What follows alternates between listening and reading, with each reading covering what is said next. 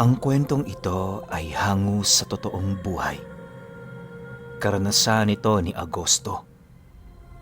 Taong 1977, Kabasalan, Zamboanga, Sibugay.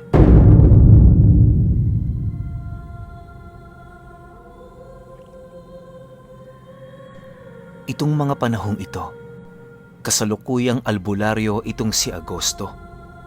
Taglay-taglay niya ang purong pananampalataya sa Ama at ni minsan sa buong buhay niya, hindi siya nagkaroon ng pagkakataon para yumakap sa kadiliman. Marami na siyang natulungan.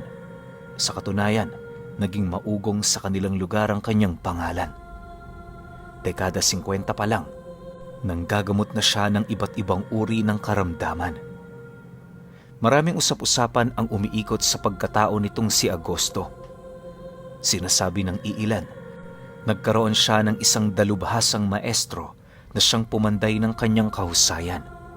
Ang iba naman, sinasabing nasa tadhana na niya ang panggagamot, gawa ng matagal nang likas sa kanya ang tumulong sa kapwa. Lingid sa kaalaman ng karamihan, hindi maestro o kung sino mang albularyo ang nagturo sa kanya, bagkus ay ang kanyang sariling ama. Bata pa lamang siya, mulat na siya sa mga lihim na karunungan, gawa ng isang sablit ang kanyang ama. Isang uri ng antingero na matagal nang nilihim ang karunungan. Maraming dahilan kung bakit nagiging sablit ang mga antingero. Isa na dito ay ang matinding kabiguan sa pagtanga ng kanilang mga aral.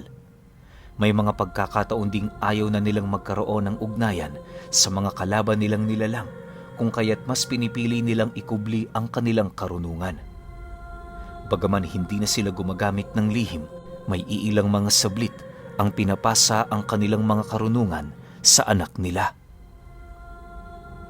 Ginagawa nila ito sa paniniwalang yon ang pupuno ng kanilang kabiguan bilang isang antingero.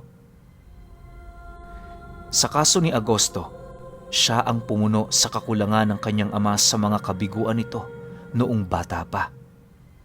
Hindi naman kasi siya pinilit na matuto ng mga aral. Sa murang edad kasi ni Agosto, nakitaan siya ng potensyal na magpatuloy sa iniwang larangan ng kanyang ama. Magmula noon, tinuruan na siya nito hanggang sa dumating ang puntong nakakaya na niyang manggamot at magparusa sa mga nasa panig ng kaliwa. Bibihirang magdala ng libreta itong si Agosto at minsan pa nga kapag nanggagamot siya, mga sangkap lamang ng halamang gamot ang kanyang dinadala. Lahat ng karunungan sa bawat pahina ng libretang ibinigay ng kanyang ama, maiging nakatago sa kanyang ulo. Bawat talata, katagang nakaukit rito, kabisadong-kabisado na ni Agosto. Sa pagtungtong ng kalahating taon ng panahong ito, nagkaroon siya ng isang matinding kaaway sa kanilang lugar. Nag-umpisa ang kanilang hidwaan noong minsan niyang pinagaling ang mga biktima nito. Hindi pangkaraniwan ang kalaban noon ni Agosto, gawa ng angkan ng mga imok-imok ang kanyang kinakaharap. Para sa mga hindi nakakaalam, ang mga imok-imok ay isang uri ng aswang na kumakain ng karne ng hayop at tao. Tinuturing silang peste sa bawat lupain ng kanilang tinitirhan sa kadahilan ng wala silang sinasanto. Mga halang din ang kaluluwa ng mga ito na ultimo sa kanilang pagbabalat kayo, nakakagawa sila ng masasamang gawain. Madali mong makikilala kung isang imok-imok ang isang tao. Hindi lang sa sangsang ng amoy ng kanilang mga katawan, bagkus ay sa kanilang mga masasamang gawain, kagaya ng pagnanakaw at panggagamit ng mga kababaihan. Napaka-imposible ring madakip ito ng mga ordinaryong tao, lalo pat gumagamit yon ng aral ng tigalpo at sabulag.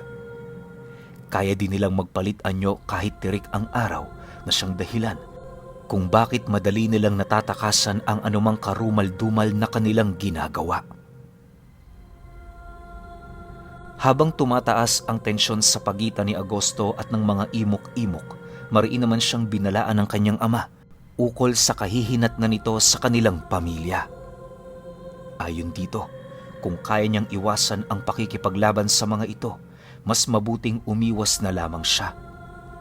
Hindi naman yung kaduwagan, bagkus ay simpleng pag-iwas lamang. Dagdag pa nito na isa sa mga dahilan ng kanyang pagiging isang sablit ay ang hangarin nitong magkaroon ng kapayapaan ang kanyang buhay. Mahal niya ang larangang yon, pero alang-alang sa kanyang pamilya, mas pinili niyang malagay sa tahimik. Mariin din itong inilahad sa kanya na hindi nito lubusang inakala na dahil kay Agosto, muli niyang malalasap ang pakiramdam na matagal na niyang tinalikuran. Matapos namang marinig nito ang habili ng kanyang ama, wala naman itong nagawa kundi ang sumang-ayon. Bagaman sablit ang kanilang padre de pamilya, napakataas pa rin ang pagrespeto niya sa kakayahan nito, lalo pat yon ang naging rason kung bakit siya nakatungtong sa kanyang kinatatayuan noon. Sa pagpapatuloy ng pag-uusap nila, nangako naman itong si Agosto na ibabahagi niya ang lahat ng pangyayari na mararanasan niya para naman kahit papaano maalerto ito sa mga nangyayari. Dahil sa kanyang sinabi, nakaramdam ng kapanatagan ang kanilang padre de pamilya. Tandaan mo anak, wala akong ibang hiling kundi ang manatili kang ligtas sa lahat ng oras. Alam ko matanda ka na, pero bilang ama mo, para sa akin ikaw pa rin yung maliit na batang araw-araw kong inaalagaan. Hindi ko alam kung anong gagawin ko sa oras na may mangyari sa'yo. Wika ng kanyang ama. Huwag kayong mag-alala, tay. Mas malakas na ako kaysa kahapon. Sige tay, iwan ko muna kayo dito. Meron pa akong pasyenteng pupuntahan sa baryo. Sagot naman dito ni Agosto. Matapos ang kanilang pag-uusap, agad namang tumungo itong si Agosto sa bahay ng pasyente nito. Habang binabagtas niya ang daan, ramdam na ramdam niya sa paligid ang mga tagapagmasid ng imok-imok. Kung hindi siya nagkakamali, mga insekto ang ginagamit ng mga ito para pagmanmana ng mga taong kanilang pinagkakainteresan. Hindi naman gaanong nababahala noon si Agosto, lalo pat kaya niya ring makipagsabayan sa mga ito kung yon ay lubos na kinakailangan. Sa pagdating niya sa bahay ng kanyang pasyente, entradang pinto pa lang, bumungad na sa kanya ang mga kakaibang presensya sa paligid. Hindi na yon gaanong nakakapanibago. Sa kadahilanang yon ang unang beses na imok-imok ang may gawa ng karamdaman ng kanyang pasyente. Sa pagpasok ni Agosto sa loob, agad naman siyang sinalubong ng mga anak ng biktima. Sinabayan niya ito patungo sa isang silid hanggang sa bumungad sa kanya ang isang babaeng nakahiga, dilat na dilat ang mga mata at animoy umuungol kapag humihinga. Paralisado na din ang buong katawan nito, gawa ng matagal na panahon na yung pinaglalaroan ng mga nilalang. Ayon kay Agosto, sa dinami-rami ng kanyang naging pasyente, yon ang pinakamalala sa lahat. Isipin ninyo, isang beses lamang sa 2 linggo kung dumumi ang babaeng yon. Marami na rin itong bukol sa katawan na halos maapektuhan na nito ang kanyang paningin. Ang labis niya paraong ikinakabahala ay ang biglaang paggalaw ng mga kalamnan nito sa binti at kamay na siyang nagdudulot ng hindi maipaliwanag na sakit sa katawan nito. Kahit ramdam niya sa kanyang pasyente ang hangarin nitong mabuhay, hindi niya maiwasang makaisip na baka unti-unti na ring sumusuko ang buong katawan nito. Gayunpaman, kahit gano'n na ang kanyang naiisip, pinilit niya pa rin gawin ang mga bagay na kanyang makakaya. Ipinangako niya sa kanyang sarili, ililigtas niya ito anuman ang mangyari. Nakakaawa kasi ang mga anak ng babaeng yon, gawa ng wala nang maiiwan sa mga ito sa oras na yon ay bawian ng buhay. Sa ilang araw niya kasi noong panggagamot, napag-alaman niyang biktima rin ng mga imok-imok ang padre de pamilya ng mga bata. Makalipas lamang ang ilang minuto, nang makuha na niya ang mga sangkap sa panggagamot, dali-dali naman niyang nilapatan ng usal ang bumbunan nito. Matapos niya yung gawin, dinurog na niya ang mga halamang gamot niyang dala para ipainom sa biktima. Nang masipat niyang nalunok na nito ang gamot na ginawa niya, muli niyang itinaboy ang masasamang presensya sa loob ng bahay. Araw-araw niya yung ginagawa dahil paulit-ulit itong bumabalik sa mga biktima ng imok-imok. Ayon kay Agosto, walang pangontra para pigilan ang pagbalik ng mga ito. Kusa lamang yung naglalaho sa oras na napatay na ang biktima nito o hindi naman kaya'y tuluyan na yung napagaling. Dagdag pa niya, sa puntong humina na ang mga presensyang yon, isa itong matibay na senyales na umuusad ang ginagawang panggagamot sa biktima ng mga imok-imok. Sa pagsapit ng 12:00 ng tanghali, ibinili niya sa mga anak nito na huwag munang istorbohin ang pamamahinga ng kanilang ina. Mariin din niyang ipinaalala, huwag aalisin sa entradang pinto ang palaspas na inilagay niya. Bago siya umalis sa bahay na yon, kinausap niya ng maigi ang pinakamatanda sa mga magkakapatid. Noy, ikaw na muna ang bahala rito ha. Sundin mo ang lahat ng sinasabi ko at sinisiguro ko sa inyo, walang mangyayaring masama sa nanay nyo. Kapag may nakita kang pabalik-balik sa labas ng bahay nyo, isarado mo lang ang mga bintana at pinto. Iwasan nyo ring lumabas para hindi na nila kayo gaanong mamukaan. Wika ni Agosto sa lalaki. Sige ho, Manong Agosto. Maraming salamat sa tulong ninyo. Kailan ho ba kayo babalik? Sagot naman ito sa kanya. Nang marinig niya ang sinabi ng bata, inilahad niya ditong babalik siya kinaumagahan. Hindi kasi siya maaaring magtagal roon, lalo pat meron siyang pamilyang pinangangalagaan. Hindi naman natin masisisi si Agosto sa kanyang pasya, gawa ng dihamak na mas malapot ang dugo kumpara sa tubig. Kahit sino naman siguro, mas papahalagahan ang kanilang pamilya kesa sa ibang tao.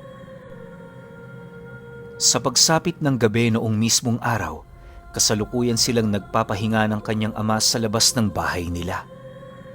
Nagkataon kasi noong kabilugan ng buwan, kung kaya't magandang magmasid ng mga tanawin sa labas. Habang sila'y nag-uusap, nabaling ang kanilang paksa ukol sa babaeng kasalukuyan niyang ginagamot. Ayon sa kanyang ama, marami pa siyang kinakailangang gawin para yon ay maibalik sa normal nitong estado. Naniniwala ito, hindi lang ito bastang pinagdiskitahan ng mga imok-imok, bagkus ay kinulam din nila ito. Nang maihayag kasi ni Agosto ang kalagayan ng babae at ang tungkol sa mga bukol nito sa katawan, mismong ang ama na niya ang nagkumpirma sa mga karamdamang iniinda nito.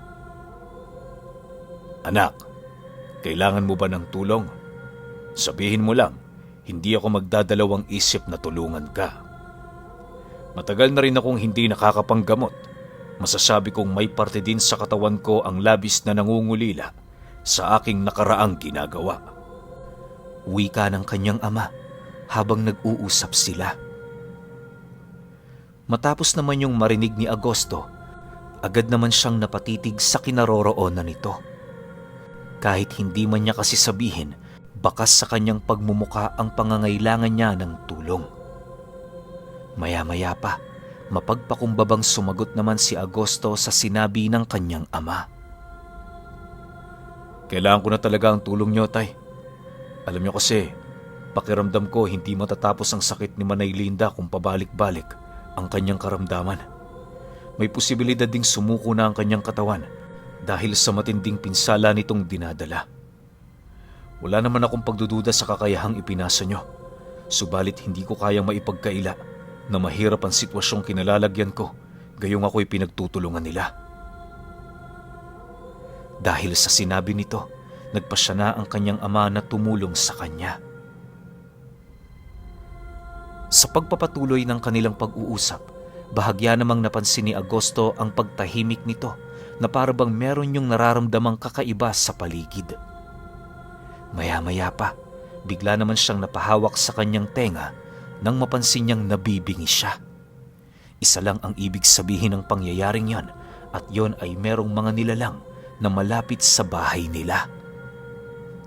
Walang sabi-sabi, mabilisan naman silang tumayo at mabilisang inikot ang paligid.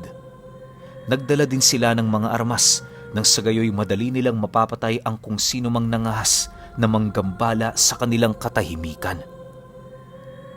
Sa pagdating nila sa likurang bahagi ng kanilang tahanan, bumungad sa kanila ang grupo ng mga imok-imok na kasalukuyang nakatayo sa labas ng bakod. Nanlilisik ang mga mata nito at animoy hindi yun natutuwa na sila'y masilayan. Paglapit nila sa kinaroroonan ng mga nilalang, kalmado lang naman silang humarap doon habang nananatiling walang imik. Ano ang kailangan ninyo? Pungad na wika ng kanyang ama sa mga ito. Nang marinig naman yon ng matandang imok-imok, bigla naman yung umangil at kasabay nito ang pagsagot nito ng, Naparito kami para ibigay sa inyo ang babala ng aming angkan. Huwag sana nating hayaang masangkot ang ating mga sarili sa isang labanan. Makasalanan ng babaeng yun, iho. Karapat dapat lang sa kanya ang mamatay at maparusahan. Bakit ka ba nangingialam? Kamag-anak nyo ba ang tampalasang yun? Alam nyo ba ang ginawa nun sa aming angkan? Siya lang naman ang dahilan kung bakit pumanaw ang asawa ng aming pinuno. Yan ang dahilan kung bakit sa loob ng mahabang panahon hindi pa namin siya pinapatay. Kalakip ng parusa ang paghihirap ng kanyang mga anak na siya ring mamamatay sa aming mga kamay.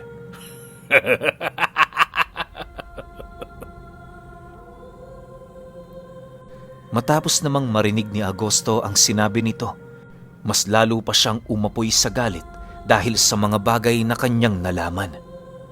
Sa puntong yon, mas lalong tumindi ang kanyang pagmamalabis na alisin sa katawan ng babae ang sakit nito.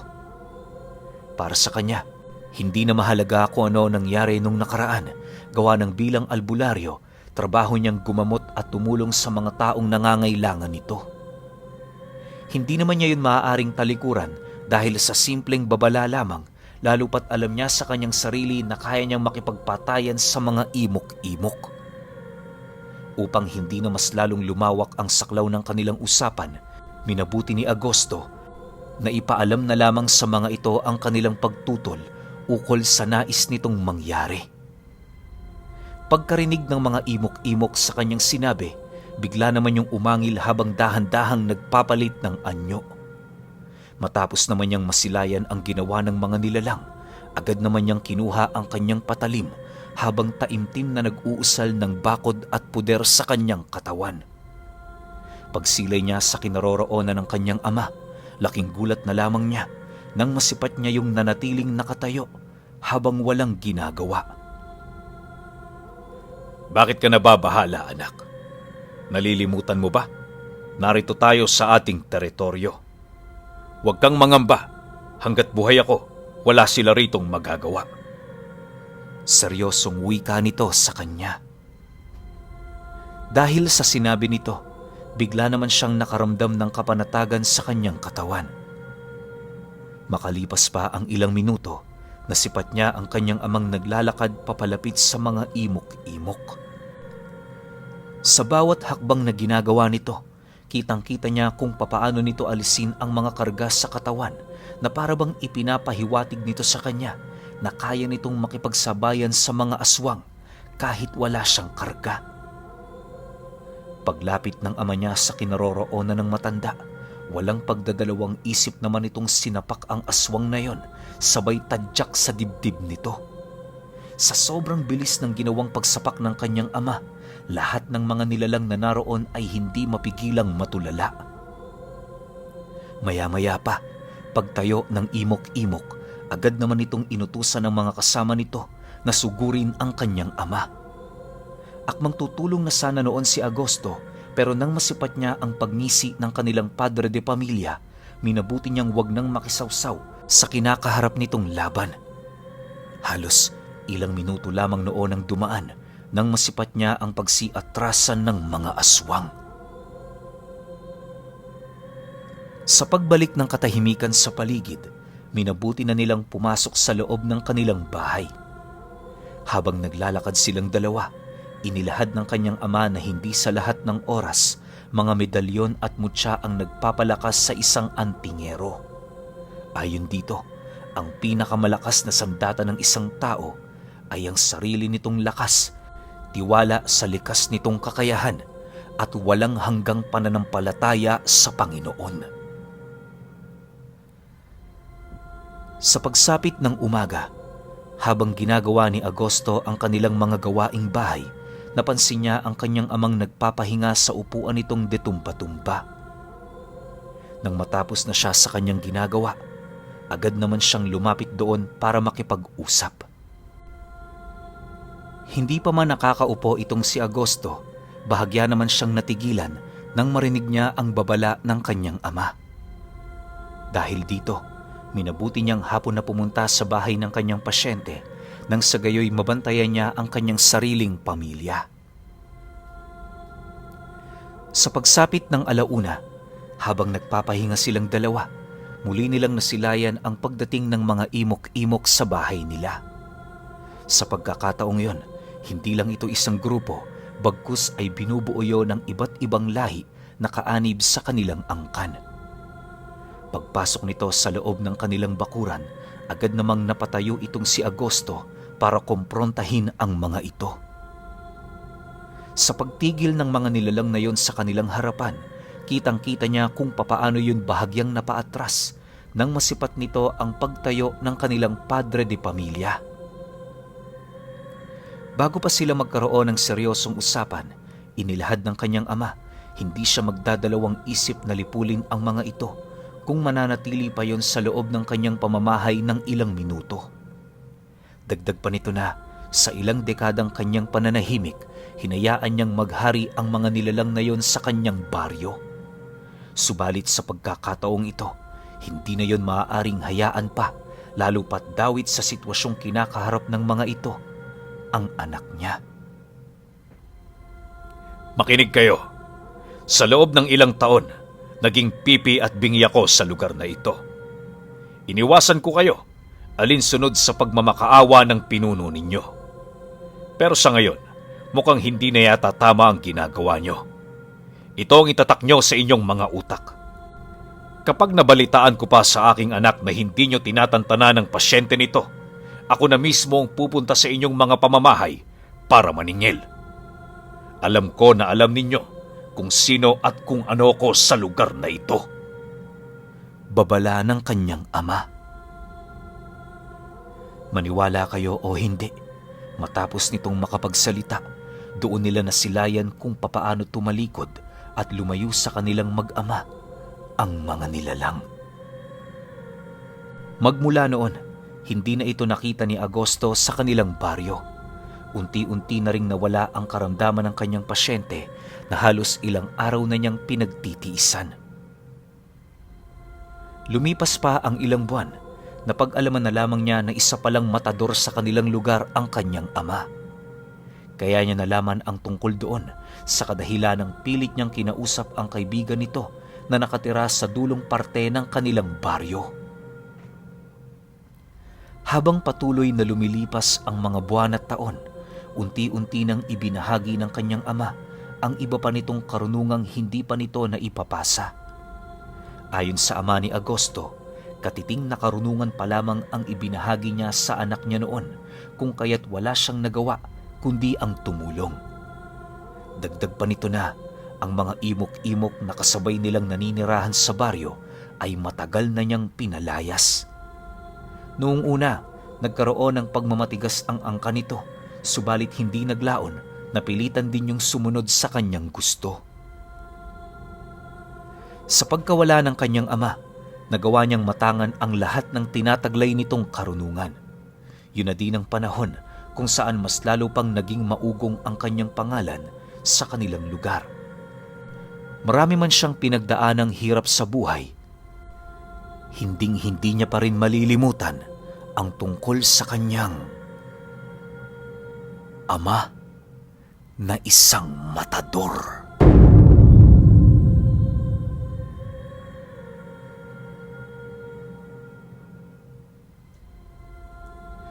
Okay, opinyon ko sa kwento. Parang walang nabanggit kung ano yung mutya, agimat o kung ano man yung aral na tinatangan nila, no? Pero para sa akin, kasi lalo na yung sinabi ng tatay niya na walang ibang malakas na sandata ng isang tao kundi ang sarili mong lakas, tiwala sa kakayahan mo, at walang hanggang pananampalataya sa Panginoon. Sobrang ganda nun. Ang ganda ng sinabi ng tatay niya, no? Na which is sobrang totoo naman. Kasi 'di ba kahit anong tangan mo, kahit yan pa yung pinakamalakas na mutya sa buong mundo, kung hindi naman purong-puro yung pananampalataya mo sa Ama, mababaliwala yan. Gagana man yan pero hindi mo mapapalabas yung buong potensyal ng gamit mo. Kasi nga, hindi ka purong nananampalataya sa Ama eh. Pero isa lang rin ng lusot dyan. Malabo mo naman matangan yung ganyang kalakas na mutya kung hindi rin puro yung pananampalataya mo. So, balik-balik ta rin mo man yung sitwasyon, wala talagang tatalo sa purong pananampalataya sa Panginoon. Kaya, yun yung napansin ko sa kwento na to na isang napakaiksing aral. Di ba? Parang ilang words lang yun pero yung aral na yun, tagos mula utak hanggang puso hanggang kaluluwa pa nga Di ba? Kaya ang ganda ng sinabi ng tatay niya. Overall, wala akong masabi sa kwento na to. Wala ngang aksyonan Walang nangyaring bakbakan o kung ano man na kadalasan nating naririnig. Yun lang, binigyan niya lang ng babala. Pero hindi pala alam neto ni Agosto na matador yung tatay niya. Hindi na lang binanggit kung anong klase ng matador. Pwedeng matador ng aswang, matador ng mga nilalang na nasa kaliwa o kung ano man. Silang magtatay lang ang nakakaalam tsaka yung kaibigan nitong tatay niya. Pero kayo, kung may opinyon kayo sa kwentong ito, comment nyo lang sa baba. Yun lang, hanggang sa susunod na kwento. Salamat.